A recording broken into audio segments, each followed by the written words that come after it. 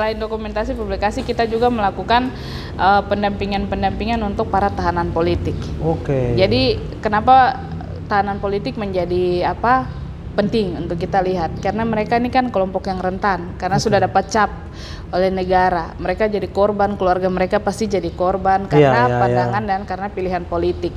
Dan banyak orang pasti akan menjauhi orang-orang yang sudah ada cap politiknya, karena pasti akan berbahaya toh. Tapi kita mengambil peran untuk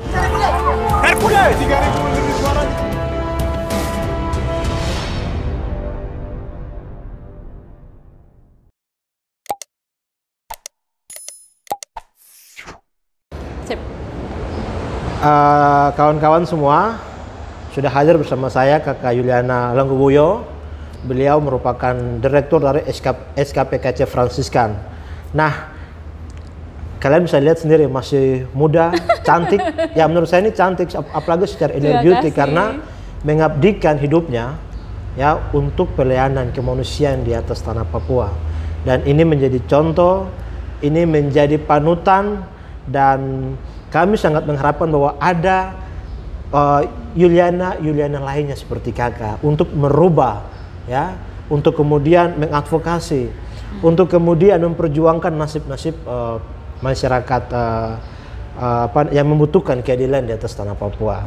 Nah, langsung saya berikan kesempatan kepada kakak Yuliana untuk menjelaskan apa itu kerja-kerja kakak dan bagaimana SKPKC Fransiskan Papua itu melakukan kerja-kerja selama beberapa tahun terakhir ini. Silakan. Saya bekerja di sini dari tahun 2010 dan saya tertarik untuk bekerja di SKPKC Fransiskan Papua itu karena pertama SKPKC ini dia kerja untuk melayani visi misi itu untuk melayani kaum kecil yang tertindas, teraniaya, terpinggirkan, yang hak-haknya itu memang perlu dibela.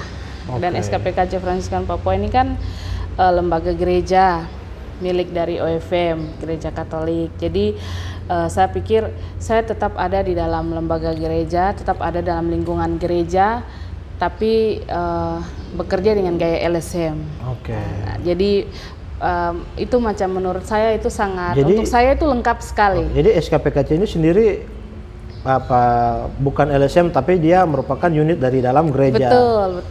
Jadi itu kadang-kadang orang karena kita punya gaya kerja langsung dipikir ini salah satu lembaga swadaya masyarakat yang kayak gitu. Tapi kita sebenarnya bukan LSM. Kita sebenarnya salah satu unit karya pelayanan sosial pastoral. Karena saya salah satu juga mungkin tersesat juga berpikir bahwa SKPKC Fransiskan juga itu adalah LSM juga. Iya, itu sudah.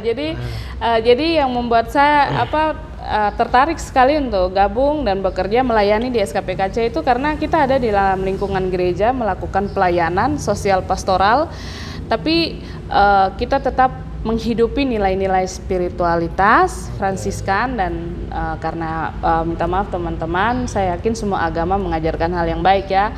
Jadi ini dari gereja Katolik, nilai-nilai Injili yang kita hidupi dan kita implementasikan, kita aplikasikan secara nyata dalam karya pelayanan Teddy. Jadi macam kalau Teddy lihat kemarin kita sama-sama di pengadilan, terus SKPKC sering kunjungi teman-teman di dalam tahanan politik, membantu bidang-bidang kesehatan. Jadi ini kan kalau teman-teman lihat di luar ini gaya kerjanya gaya kerja LSM sekali. Kita hadir, kita turut advokasi. Bernard sering hadir untuk melakukan proses-proses dokumentasi. Tapi kalau kita kembali lagi itu sebenarnya kita sedang menerjemahkan, mengaplikasikan atau melakukan tindakan Injil. Tuhan Yesus bilang, kamu kunjungi orang di penjara, kamu kasih orang makanan ketika dia lapar, kamu kasih orang pakaian ketika dia telanjang, semua itu kamu melakukannya untuk aku, yang kayak gitu. Jadi apa yang kita kerjakan itu semangatnya semangat Injil, tetapi dalam tuntutan dunia kerja sekarang itu kita dituntut untuk menyesuaikan dengan zaman. Apalagi dengan situasi pandemi saat ini ya. Iya, apalagi dengan situasi pandemi saat ini. Nah itu yang sangat menarik sekali dan membuat saya dari tahun 2010 sampai sekarang kerja di SKPKC Fransiskan Papua, melayani bersama dengan teman-teman yang ada di SKPKC Fransiskan Papua. Berarti 2010 saya baru masuk, baru semester berapa? Semester 2 kah? Baru kuliah. Oh iya ya? Iya. Iya, 2010 tuh sudah kerja di sini.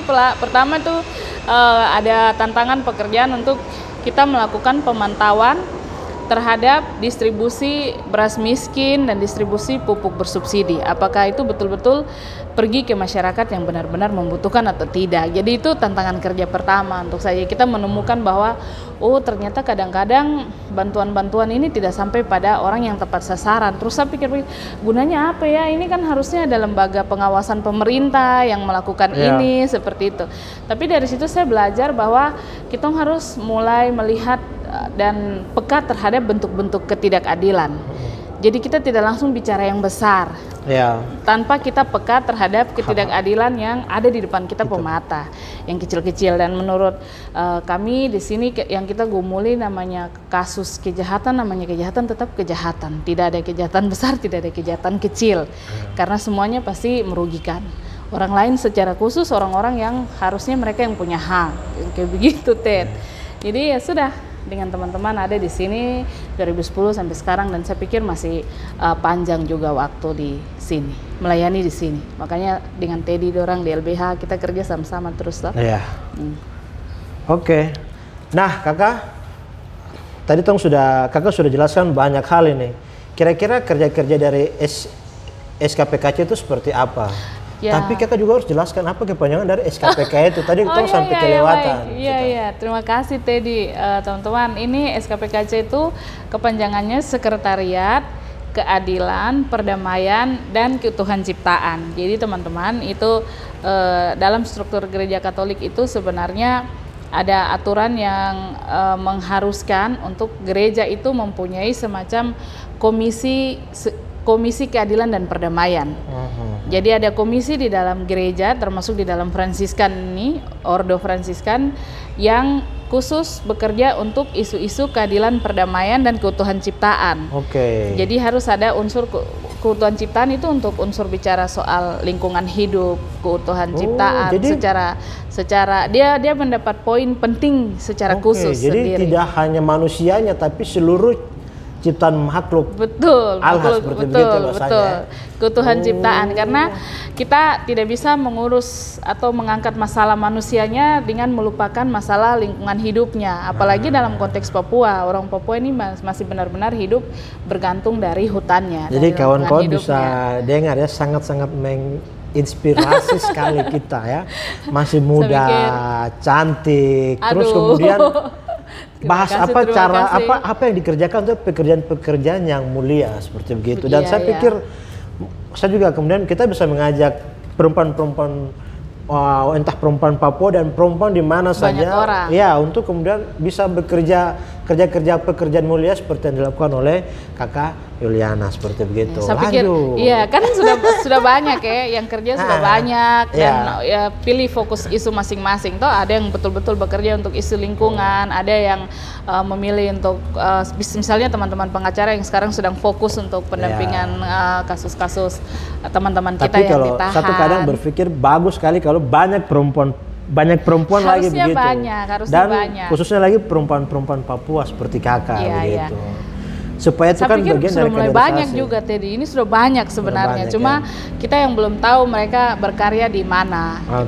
Mereka berkarya di mana. Memang kita harus mengerti juga bahwa pekerjaan seperti ini tuh kan tantangannya banyak. Iya, betul. Itu pekerjaan gaya-gaya kerja di ini unit SKPKC, tapi juga gaya-gaya kerja di LSM lain itu kan kalau Teddy sendiri pasti mengalami ya, itu kan menuntut waktu yang sangat banyak. Betul. Jadi ada banyak hal yang kita korbankan. Waktu, tenaga, bahkan mungkin keluarga juga.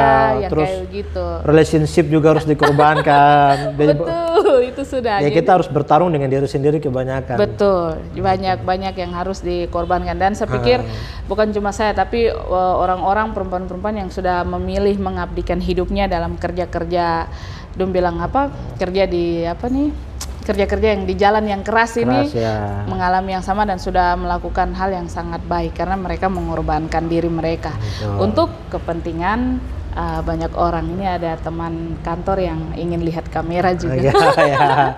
Nah, tadi kita ini lanjut lagi nih kakak. SKPKC Fransiskan kemudian sudah kerja-kerja apa saja? Iya. Atau mungkin ada satu kesan menarik yang pernah diadvokasi oleh kawan-kawan dari SKPKC Fransiskan. Silakan kakak. Kami tuh pertama kerja SKPKC Fransiskan Papua tuh fokus pada hal pertama tuh dokumentasi dan publikasi. Karena kita pikir ini kan perjuangan yang masih sangat panjang dan masalah di Papua ini terjadi terus, semakin kompleks. Jadi dokumentasi itu penting. Karena bisa saja perjuangan ini tidak selesai di generasi saya. Betul. Tapi masih akan terus lanjut. Maka itu penting, dokumen-dokumen yang kita sedang kerjakan sekarang tuh akan dipakai. Sebelum masuk ke poin kedua, saya lihat juga tadi di SKPKC juga punya perpustakaan juga toh? Betul, ada perpustakaan. Dan banyak menghasilkan buku-buku. Jadi mungkin kawan-kawan di rumah yang ingin mengetahui tentang apa saja pekerjaan-pekerjaan atau literatur atau kemudian apa yang sudah pernah ditulis oleh SKPKC nanti bisa datang ke kantor SKPKC di Sentani. Di mana? Di Sentani, di Kompleks Misi Katolik. Teman-teman kalau datang nanti ada Bank Papua, di depannya ada pohon banyak, masuk saja tanya SKP. Kita memang siapa saja datang minta buku atau apa, kalau ada kita melayani. Bahkan saya waktu itu pulang dari SKPKC saya angkat buku tuh satu kantung 100. Satu kantung 100 merah tuh saya bawa. Begitu, dan bukunya banyak sekali. Oke, lanjut kakak. Yang kedua apa ini? Selain dokumentasi publikasi, kita juga melakukan pendampingan untuk para tahanan politik. Jadi kenapa tahanan politik menjadi penting untuk kita lihat? Karena mereka ini kan kelompok yang rentan, karena sudah dapat cap oleh negara. Mereka jadi korban, keluarga mereka pasti jadi korban karena pandangan dan karena pilihan politik. Dan banyak orang pasti akan menjauhi orang-orang yang sudah ada cap politiknya karena pasti akan berbahaya toh. Tapi kita mengambil peran untuk melakukan pelayanan rohani yang sayangnya akhir-akhir ini tidak terlalu jalan, selain karena COVID tapi juga karena kita ada kekurangan tenaga pastoral untuk melayani ke penjara-penjara. Tapi sejak dulu SKP ini selalu ada petugas-petugas rohaniawan di kantor ini yang punya agenda rutin untuk mengunjungi para tahanan, baik tahanan politik maupun korban kekerasan yang lain yang ada di penjara. Jadi kita pergi kunjungi, terus kita juga berusaha untuk membantu masalah-masalah kesehatan dari teman-teman korban kekerasan. Itu terus pekerjaan yang berikutnya itu kita banyak melakukan proses-proses bersama komunitas basis. Refleksi sosial, masyarakat basis komunitas kita duduk sama-sama untuk lihat dulu mereka hidup seperti apa, sekarang mereka punya kehidupan seperti apa, berubah baik atau buruk. Kalau buruk berarti mereka harus seperti apa untuk hidup lebih baik dalam tantangan di Papua saat ini. Jadi ada banyak juga kerja-kerja kita yang bersentuhan langsung dengan masyarakat basis, atau dalam istilah gereja kita bilangnya komunitas basis. Yang kayak begitu. Terus ada semacam pelatihan atau peningkatan kapasitas, bukan karena SKP yang paling tahu, tapi kita melibatkan orang-orang yang lebih tahu, paham, terus bikin pelatihan-pelatihan yang kontekstual dan sesuai dengan kebutuhan Papua. Hari ini. Misalkan macam kebutuhan advokasi seperti begitu. Pelatihan advokasi. Berapa tahun terakhir ini kita bikin pelatihan menulis. Dasar sekali menulis 5W1H begitu, supaya paling tidak kemampuan menulis itu ada di banyak supaya artinya bahwa ketika masyarakat memiliki kemampuan menulis, ketika ada misalkan ada suatu kejadian, mereka punya kemampuan untuk mencatat secara baik, membuat kronologinya secara baik, dan kemudian juga itu menjadi sebuah pelaporan yang kemudian akan ditindaklanjuti juga, seperti begitu. Jadi mereka tulis narasi mereka sendiri punya kemampuan itu, karena kita sadar kita punya tenaga ini berapa banyak. Teman-teman lembaga lain juga punya tenaga berapa banyak. Dan kita tidak mungkin mau mengurusi semua dan mengadvokasi semua persoalan yang ada di atas tanah Papua ini. Dan pekerjaan kita memang harus sampai pada membuat masyarakat atau komunitas basis itu punya kemampuan, sangat mampu untuk bikin laporan, untuk bikin ini, bikin itu, karena kan kita bukan yang paling tahu, kita hanya mendorong, memfasilitasi, memberikan yang kurang di mereka, itu yang kita lengkapi. Tapi banyak hal baik itu sudah ada di masyarakat, pengetahuan, kemampuan, keberanian. Hanya bagaimana kita membentuk. Betul, dorongan saja. Kita ada sama-sama dengan mereka saja itu sudah cukup sebenarnya. Baru pas dong, aduh, oh yo, ini kita sudah tahu ini apa kejadian ini, cuma pas kita mau tulis ini masih tak bolak-balik, kita kadang lupa nama pelaku ini ya. Itu yang kita lengkapi dengan oh iya kalau begitu paling sederhana kalau mau bikin laporan atau apa tuh yang kayak begini, jadi gitu. Jadi kalau kita bilang pemberdayaan itu bukan pemberdayaan juga, karena masyarakat itu sudah sangat berdaya. Karena dorang yang jadi korban, tapi dorang yang hadapi situasi tiap hari dan bangkit dari situasi itu toh. Jadi kita ada dengan mereka sama-sama, terus oh iya pas yang kurang di bagian ini SKP cari jalan, karena tidak semua sumber daya ada di SKP juga. Kan teman-teman jaringan banyak toh. Betul. Kita perlu macam istilahnya apa, kita berbagi peran, yang punya kemampuan di bagian ini Betul. Kalau saya ada punya kegiatan, you yang datang bicara. Seperti begitu. Kita tidak kuasai semua isu toh. Betul. Saya sepakat soal itu. Sip. Nah, kakak terakhir. Sip. Ketika ada masalah di luar sana, apa yang SKP bisa buat? Ya itu tadi, jadi kalau pas ada masalah di luar itu kita harus realistis mengakui bahwa kita tidak bisa respon semua hal. Itu pertama, karena itu kan manusiawi sekali toh, tenaga terbatas, sumber daya terbatas. Nah tapi kita punya orang, kita punya teman, jadi toh nggak akan lihat oh apa yang akan terjadi. Oh di sana sudah ada teman, ini bagaimana?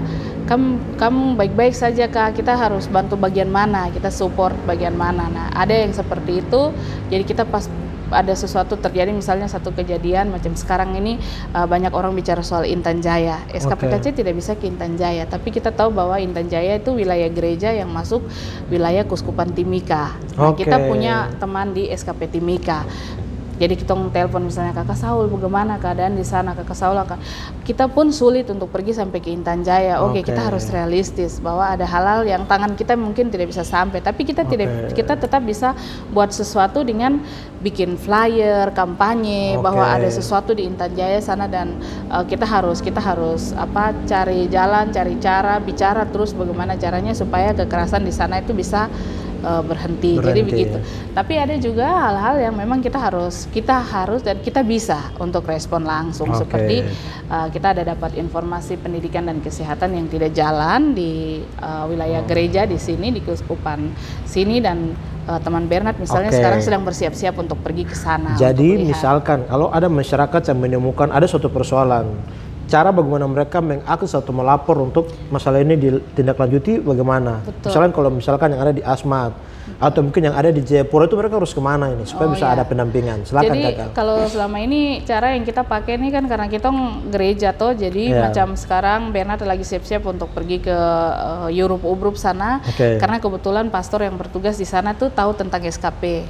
Jadi mereka menghubungi. Ini kita kayaknya ada sesuatu yang perlu dilihat di sini dan ditulis dengan lebih serius, supaya ada perubahan dalam akses kesehatan dan pendidikan di sini. Misalnya untuk itu bahan itu akan dipakai oleh banyak orang untuk mendorong perubahan. Jadi bukan SKP sendiri punya kerja sebenarnya. Nah itu mereka bisa langsung kontak. Terus misalnya ada kasus buruh berapa kali, mereka karena kenal SKP, karena gereja datang, tapi saya bilang bahwa ini di luar dari kita punya kemampuan, tapi ini LBH punya kemampuan. Nah makanya langsung saya kontak direktur LBH, tolong dulu ini ada teman-teman dari Kabupaten Kerom yang punya masalah yang kayak gitu. Nah jadi langsung terkoneksi atau lembaga yang lain yang kayak begitu. Jadi bisa saja informasi itu datang ke kita, tapi kita harus tahu kemampuan kita ada di mana. Tapi tidak boleh bilang karena kita tidak mampu jadi sudah kasih tinggal orang yang punya masalah, kan tidak bisa. Kita kan punya jaringan. Kalau begitu kayaknya ini yang bisa, dan saya pastikan bahwa betul mereka ke LBH dan akan diterima, terus akan ditindaklanjuti. Kalau tidak nanti kita cari jalan lain, karena pasti juga LBH punya banyak pekerjaan misalnya. Jadi begitu cara kerjanya. Jadi memang masih manual sekali. Orang tahu tentang SKP terus datang cerita paling duduk di sini terus cerita masalah ini begini, terus kita cari jalan sama-sama. Ada yang kita bisa respon sekarang dengan oke, kita bisa bikin ini, tapi ada yang tong bilang kita hanya bisa bikin ini, tetapi yang bagian yang ini kita punya jaringan ada. Langsung. Jadi misalnya kalau masyarakat yang ada temukan masalah, mungkin misalnya kalau mengalami kesulitan untuk mengakses kepada SKP, mereka bisa langsung ke uskup atau pastor. Ya, jadi pastor nanti atau petugas gereja ini kan ada di kampung-kampung toh. Ya, betul. Jadi nanti mereka tinggal connect dengan SKP dan kemudian bisa ada pendampingan. Betul. Meskipun tidak semua petugas gereja tahu tentang SKP. Tapi kalau cari jalan kebetulan pas ada petugas, karena ada juga orang di kampung yang lebih kenal wali misalnya. Lebih kenal, ada di wilayah layanan masyarakat yang kami tahu KPKC Sinode GKI yang kayak begitu. Jadi kalau ada yang kebetulan langsung tahunya tentang SKP, bisa langsung informasi sampai, terus nanti kita akan lihat ini bagian ini masalah hukum. Jadi lebih baik LBH supaya langsung tertangani kayak gitu. Baik, terima kasih Kakak. Kawan-kawan yang sudah menonton channel ini lihat sangat menginspiratif sekali dan juga informatif sekali. Seperti begitu. Ini luar biasa. Jadi saya pikir ini menjadi contoh, ini kemudian menjadi inspirasi buat kita semua, dan saya pikir kita membutuhkan banyak perempuan-perempuan hebat seperti Kakak Yuliana Langgobuyo. Kemudian kita bisa mengajak perempuan-perempuan entah perempuan Papua dan perempuan di mana saja, ya, untuk kemudian bisa bekerja pekerjaan mulia seperti yang dilakukan oleh Kakak Yuliana, seperti begitu. Saya pikir, iya kan sudah banyak ya yang kerja sudah banyak, dan ya pilih fokus isu masing-masing. Toh ada yang betul-betul bekerja untuk isu lingkungan, ada yang memilih untuk misalnya teman-teman pengacara yang sekarang sedang fokus untuk pendampingan kasus-kasus teman-teman kita yang ditahan. Tapi kalau satu kadang berpikir bagus sekali kalau banyak perempuan lagi begitu. Harusnya banyak. Khususnya lagi perempuan-perempuan Papua seperti Kakak begitu. Supaya itu kan bagian dari sudah mulai banyak juga Teddy. Ini sudah banyak sebenarnya. Cuma kita yang belum tahu mereka berkarya di mana. Mereka berkarya di mana. Memang kita harus mengerti juga bahwa pekerjaan seperti ini tuh kan tantangannya banyak. Iya, betul. Itu pekerjaan gaya-gaya kerja di ini unit SKPKC, tapi juga gaya-gaya kerja di LSM lain itu kan kalau Teddy sendiri pasti mengalami ya, itu kan menuntut waktu yang sangat banyak. Betul. Jadi ada banyak hal yang kita korbankan. Waktu, tenaga, bahkan mungkin keluarga juga. Terus kayak gitu. Relationship juga harus dikorbankan. Betul, itu sudah. Ya jadi, kita harus bertarung dengan diri sendiri kebanyakan. Betul, banyak yang harus dikorbankan, dan saya pikir bukan cuma saya, tapi orang-orang perempuan-perempuan yang sudah memilih mengabdikan hidupnya dalam kerja-kerja, bilang kerja di kerja-kerja yang di jalan yang keras ini, mengalami yang sama dan sudah melakukan hal yang sangat baik karena mereka mengorbankan diri mereka untuk kepentingan banyak orang. Ini ada teman kantor yang ingin lihat kamera juga. Nah, tadi kita ini lanjut lagi nih Kakak. SKPKC Fransiskan kemudian sudah kerja-kerja apa saja? Atau mungkin ada satu kesan menarik yang pernah diadvokasi oleh kawan-kawan dari SKPKC Fransiskan. Silakan Kakak. Kami tuh pertama kerja SKPKC Fransiskan Papua tuh fokus pada hal pertama tuh dokumentasi dan publikasi. Karena kita pikir ini kan perjuangan yang masih sangat panjang, dan masalah di Papua ini terjadi terus, semakin kompleks. Jadi dokumentasi itu penting. Karena bisa saja perjuangan ini tidak selesai di generasi saya. Betul. Tapi masih akan terus lanjut. Maka itu penting, dokumen-dokumen yang kita sedang kerjakan sekarang tuh. Kakak, sebelum masuk ke poin kedua, saya lihat juga tadi di SKPKC juga punya perpustakaan juga toh. Betul, ada perpustakaan. Dan banyak menghasilkan buku-buku. Jadi mungkin kawan-kawan di rumah yang ingin mengetahui tentang apa saja pekerjaan-pekerjaan atau literatur atau kemudian apa yang sudah pernah ditulis oleh SKPKC, nanti bisa datang ke kantor SKPKC di Sentani. Di mana? Di Sentani, di Kompleks Misi Katolik. Teman-teman kalau datang nanti ada Bank Papua, di depannya ada pohon banyak, masuk saja tanya SKP. Kita memang siapa saja datang minta buku atau apa, kalau ada kita melayani. Bahkan saya waktu itu pulang dari SKPKC saya angkat buku tuh satu kantung 100. Satu kantung 100 merah tuh saya bawa. Begitu, dan bukunya banyak sekali. Oke, lanjut Kakak. Yang kedua Iya, apa ini? itu. Selain dokumentasi publikasi, kita juga melakukan pendampingan untuk para tahanan politik. Oke. Jadi kenapa tahanan politik menjadi penting untuk kita lihat? Karena mereka ini kan kelompok yang rentan, karena sudah dapat cap oleh negara. Mereka jadi korban, keluarga mereka pasti jadi korban karena pandangan dan karena pilihan politik. Dan banyak orang pasti akan menjauhi orang-orang yang sudah ada cap politiknya, karena pasti akan berbahaya toh. Tapi kita mengambil peran untuk melakukan pelayanan rohani yang sayangnya akhir-akhir ini tidak terlalu jalan, selain karena COVID, tapi juga karena kita ada kekurangan tenaga pastoral untuk melayani ke penjara-penjara. Tapi sejak dulu SKP ini ada, selalu ada petugas-petugas rohaniawan di kantor ini yang punya agenda rutin untuk mengunjungi para tahanan, baik tahanan politik maupun korban kekerasan yang lain yang ada di penjara. Jadi kita pergi kunjungi, terus kita juga berusaha untuk membantu masalah-masalah kesehatan dari teman-teman korban kekerasan. Itu terus pekerjaan yang berikutnya itu kita banyak melakukan proses-proses bersama komunitas basis. Refleksi sosial, masyarakat basis, komunitas kita duduk sama-sama untuk lihat dulu mereka hidup seperti apa, sekarang mereka punya kehidupan seperti apa, berubah baik atau buruk. Kalau buruk berarti mereka harus seperti apa untuk hidup lebih baik dalam tantangan di Papua saat ini. Jadi ada banyak juga kerja-kerja kita yang bersentuhan langsung dengan masyarakat basis, atau dalam istilah gereja kita bilangnya komunitas basis. Yang kayak begitu. Terus ada semacam pelatihan atau peningkatan kapasitas, bukan karena SKP yang paling tahu, tapi kita melibatkan orang-orang yang lebih tahu, paham, terus bikin pelatihan-pelatihan yang kontekstual dan sesuai dengan kebutuhan Papua. Hari ini. Misalkan macam kebutuhan advokasi seperti begitu. Pelatihan advokasi. Berapa tahun terakhir ini kita bikin pelatihan menulis.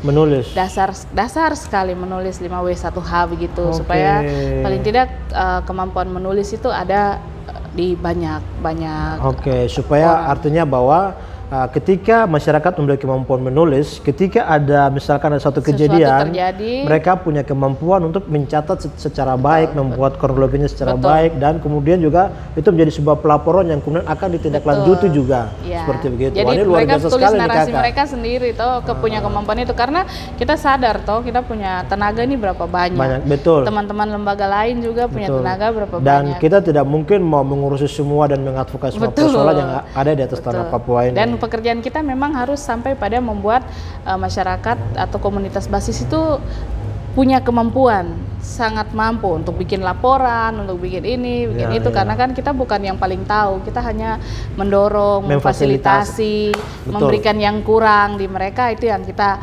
lengkapi. Tapi banyak hal baik itu sudah ada di masyarakat. Pengetahuan, kemampuan, keberanian. Hanya bagaimana kita membentuk. Betul, dorongan saja.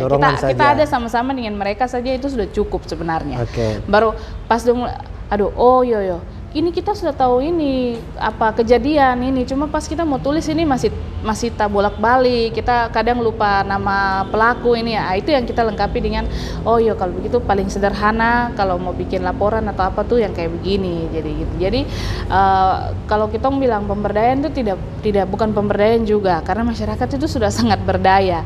Karena dorang yang jadi korban, tapi dorang yang hadapi situasi tiap hari dan bangkit dari situasi itu toh. Jadi kita ada dengan mereka sama-sama, terus pas yang kurang di bagian ini SKP cari jalan, karena tidak semua sumber daya ada di SKP juga. Kan teman-teman jaringan banyak toh. Kita perlu macam istilahnya kita berbagi peran, yang punya kemampuan di bagian ini kalau begitu. saya ada punya kegiatan, yang datang bicara seperti begitu.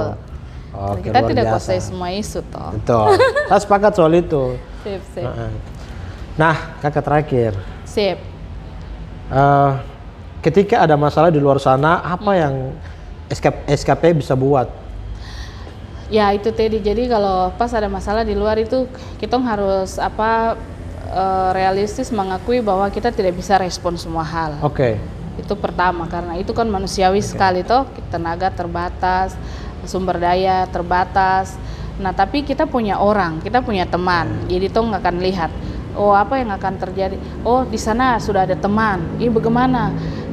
kamu baik-baik saja Kak, kita harus bantu bagian mana, kita support bagian mana. Nah ada yang seperti itu, jadi kita pas ada sesuatu terjadi, misalnya satu kejadian macam sekarang ini banyak orang bicara soal Intan Jaya. SKPKC tidak bisa ke Intan Jaya, tapi kita tahu bahwa Intan Jaya itu wilayah gereja yang masuk wilayah Kuskupan Timika. Nah, kita punya teman di SKP Timika. Jadi kita telepon misalnya Kakak Saul, bagaimana keadaan di sana Kakak Saul akan. Kita pun sulit untuk pergi sampai ke Intan Jaya. Oke, kita harus realistis bahwa ada hal-hal yang tangan kita mungkin tidak bisa sampai, tapi kita kita tetap bisa buat sesuatu dengan bikin flyer, kampanye bahwa ada sesuatu di Intan Jaya sana, dan kita harus cari jalan, cari cara, bicara terus bagaimana caranya supaya kekerasan di sana itu bisa berhenti. Jadi begitu. Tapi ada juga hal-hal yang memang kita harus dan kita bisa untuk respon langsung. Seperti kita ada dapat informasi pendidikan dan kesehatan yang tidak jalan di wilayah gereja di sini, di Kuskupan sini, dan teman Bernard misalnya sekarang sedang bersiap-siap untuk pergi ke sana. Jadi misalkan kalau ada masyarakat yang menemukan ada suatu persoalan, cara bagaimana mereka mengakses atau melapor untuk masalah ini ditindaklanjuti bagaimana? Misalkan kalau misalkan yang ada di Asmat atau mungkin yang ada di Jayapura itu mereka harus kemana ini supaya bisa ada pendampingan? Silakan. Jadi kalau selama ini cara yang kita pakai ini kan karena kita gereja toh, jadi macam sekarang Bernard lagi siap-siap untuk pergi ke Europe Ubrup sana, karena kebetulan pastor yang bertugas di sana tuh tahu tentang SKP.